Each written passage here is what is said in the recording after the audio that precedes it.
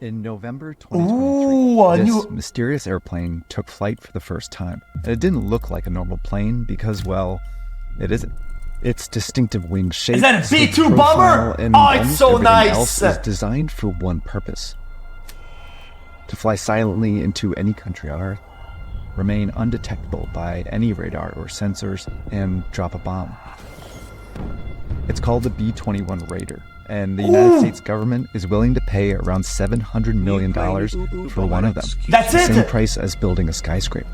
It's one of the most expensive planes the U.S. has ever made, so it's no surprise that its expectations are high. This isn't just another airplane. It's the embodiment of America's determination, and it's a testament to our strategy of deterrence with the capability. Chat, one thing that America is the best at, chat, nobody can beat them, chat, it's packaging dog shit. Whether it's speech, ideology, a product, whatever, drugs, they can package it and sell it to you. Dude, listen to this. This isn't just another airplane. It's the embodiment of America's determination. And it's a testament to our strategy of deterrence with the capabilities to back it up every time and everywhere. That's what America does. So what is it about this plane that makes it so expensive?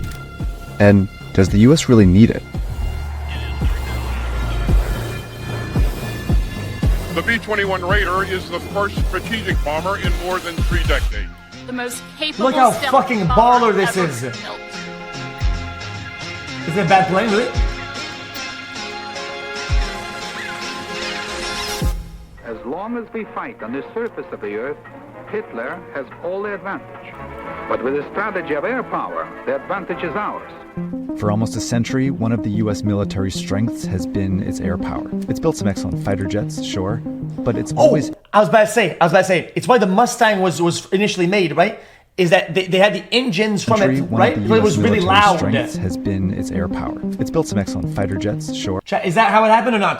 Because I heard that somewhere. I said my dad was telling me that. But it's always had some of the best bombers in the world.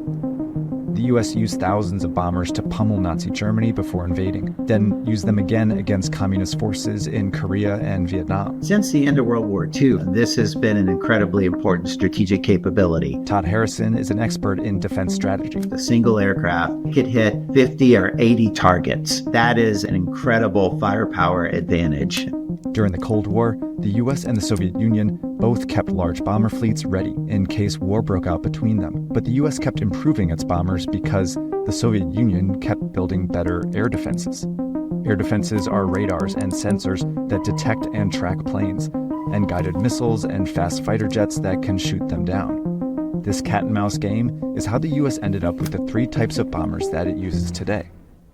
B-52H Stratofortress, which the U.S. has been using since the 1950s, the B-1 Lancer from the 1980s, and the B-2 Spirit from the 1990s. Oh, that's my favorite. Each can travel very long distances to bomb a target, but are limited by what kind of air defenses they encounter.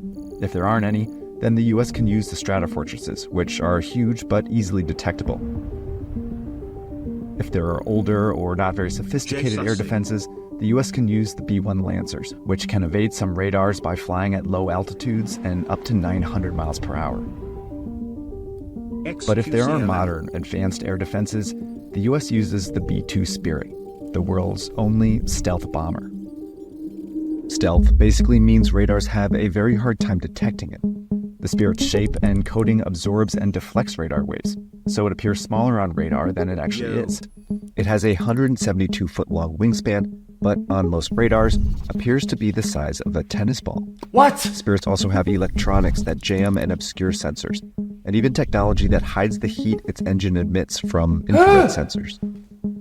So if sensors can't really detect the Spirit, then enemies can't really shoot it down. So it can theoretically get into any country and drop a bomb on anything. Just having that ability is a major way in which the U.S. protects itself. Well, ultimately, it's about deterrence. So when we get into a crisis situation with another country, we want them to be able to look at our fleet of aircraft and say, there's nothing we could do to stop those aircraft from hitting targets in our country. So we better back down. This thinking also applies to the US's deadliest weapon. All right, so the point here is that the US believes that in order to defend itself, it needs the ability to drop a bomb on anywhere on Earth. And so what I did here was design an animation that's going to visualize this cat and mouse game. Countries are going to build better and better defenses, and the US is going to have to build better and better, and I mean stealthier planes, in order to penetrate those defenses. If a country ever builds defenses that the US can't penetrate, the US considers that a national security threat. And so before moving on any further, I figured this might be a good I can tell you it's made a just go to that link purpose, but it's a single weapon to serve port. Now we'll get you back to the episode. nuclear weapons serve only one purpose. It's an important purpose, but it's a single purpose, and that's to prevent the use of nuclear weapons against us or our friends. The US maintains 3 ways it can launch a nuclear weapon: these bombers, land-based missiles, and submarine-based missiles. So if an enemy destroys 2, the US will always have a third to strike back with. But having nuclear-capable bombers is particularly important to the US.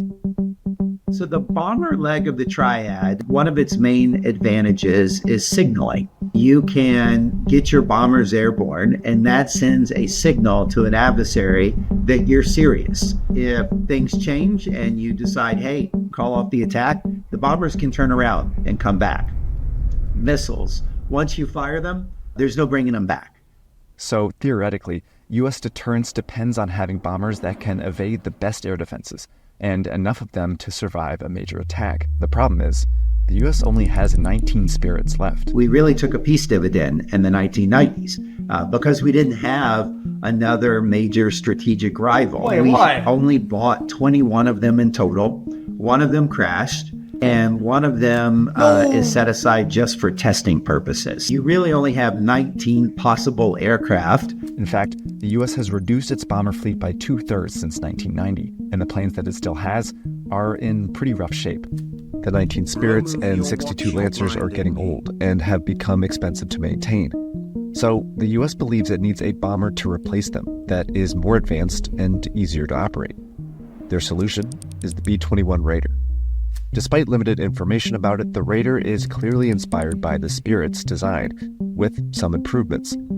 Its tail shape will likely help it fly more efficiently at high altitudes than the Spirit's sawtooth-shaped tail, and its engine intake valves are lower, giving it a sleeker profile which will help it deflect radar better. The US claims that on advanced radars, the Raider appears smaller than that it guy is. looks cool. Plus, the defense company building the Raider claims that it will one day be able to be flown remotely, like a drone. The fuck? Will any other country in the world have a plane comparable to the B-21? Not even close, because this gives us a set of capabilities that really you can't find anywhere else. The US is keeping the Stratofortress to use against undefended targets, but by replacing the Lancers and the Spirits with Raiders... how much profit do the people that make these get out of making those? Chat, I think that the margins are fucking ridiculous. The US is hoping to maintain the Chat, ability smacks to win. Chat, smacks. Chat, right? even as one country builds even better defenses. China may be one step closer to attacking Taiwan. China's air force is now the largest in Asia and the world's 3rd largest. Since the 1990s, China has poured hundreds of billions of dollars into improving its military. It's threatening to one day use... Chat, is this what we watch a video that Taiwan is one of the only people that have like the microchipped like makers, like one of the other European countries or whatever? There's only like 2 of them, right? And they're all like stationed and shit. And if people aren't defending it, what they were going to invade and yoink the factories or whatever? Use it to invade Taiwan. But since the US has promised to defend Taiwan, China's built some of the world's best air defenses. So it's very difficult if you actually want to fly in or near China. If a war broke out, China could use thousands of ballistic missiles to destroy US bases in the region, forcing the US to rely heavily on its bombers, which can take off from the mainland. But China could then use its very advanced radar to detect and then help destroy any non-stealthy bombers, leaving the US with only its Spirits to take them out. Since many of these defenses are mounted on vehicles, the Spirits would need to fly around for hours searching for them, a task that might be hard to accomplish with only 19 planes. B-21 Raider is nicknamed the China Bomber because the US designed it with this exact scenario in mind. Its longer range and advanced stealth is reportedly suited to evade and destroy China's best defenses, and in order to have enough of them, the US plans to purchase 100 of them to start, meaning at $700 million each, this plane will cost the US at least $203 billion over the next 30 years. That part of the Air Force is actually becoming more important, more critical than the fighters or the other types. If you've got to prioritize, I think you put the bomber right up there. By building a plane that China can't detect, the US is hoping to deter it from months. even Dude, fucking Wow. making I am losing dude, hope. maintaining Yes. them. Maybe you? starting a war. America's defense will always be rooted in deterring conflict. So we are again making it plain to any potential foe.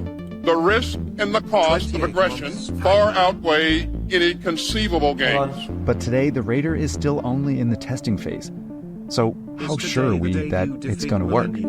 So there are absolutely risks that the B-21 will fall short.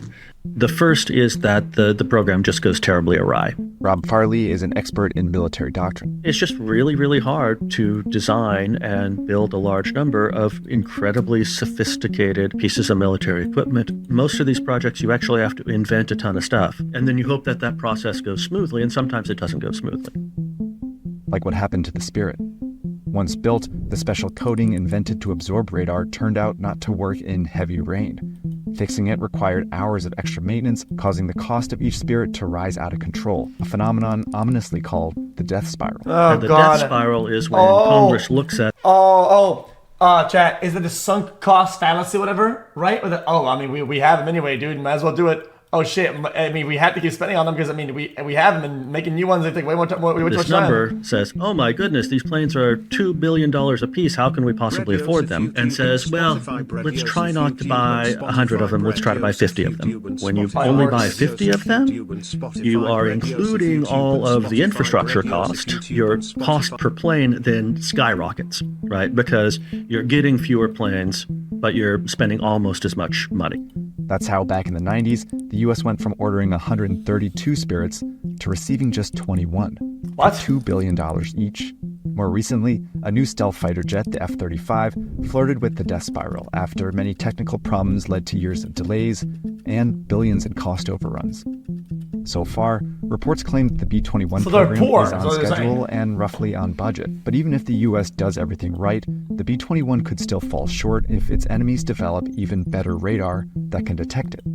Now, in the past, there have been scenarios where we have bought brand new weapons, the B-58 Hustler, just in the strategic bomber family, which were almost completely rendered obsolete within 3, 4, 5 years of their development, right, by new technology. The Hustler. In that case, the Raider's internal electronics that help it evade sensors are reportedly being designed to allow constant upgrades. So it will be able to keep up and remain stealthy for decades.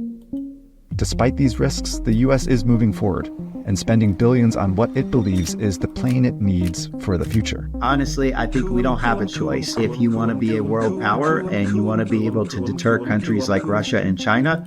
Chat, guys, wasn't there one in Miami or whatever? Chat, hold on. I think we have to have this capability. I would negotiate a hard bargain with the contract. Chat, look at it then.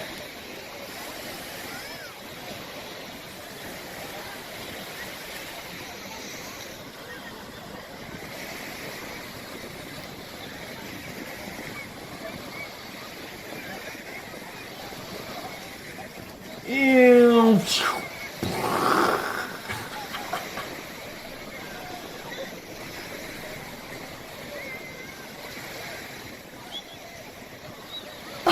Sorry.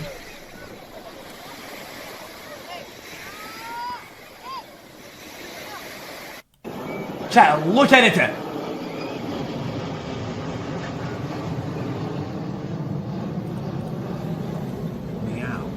Chat, there was one that was like closer. Oh yeah, this one.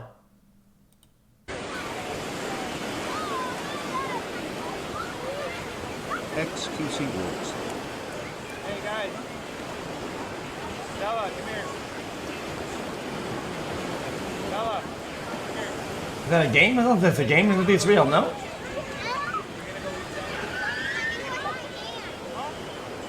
On the 3? No, stop it. Welcome to the jungle.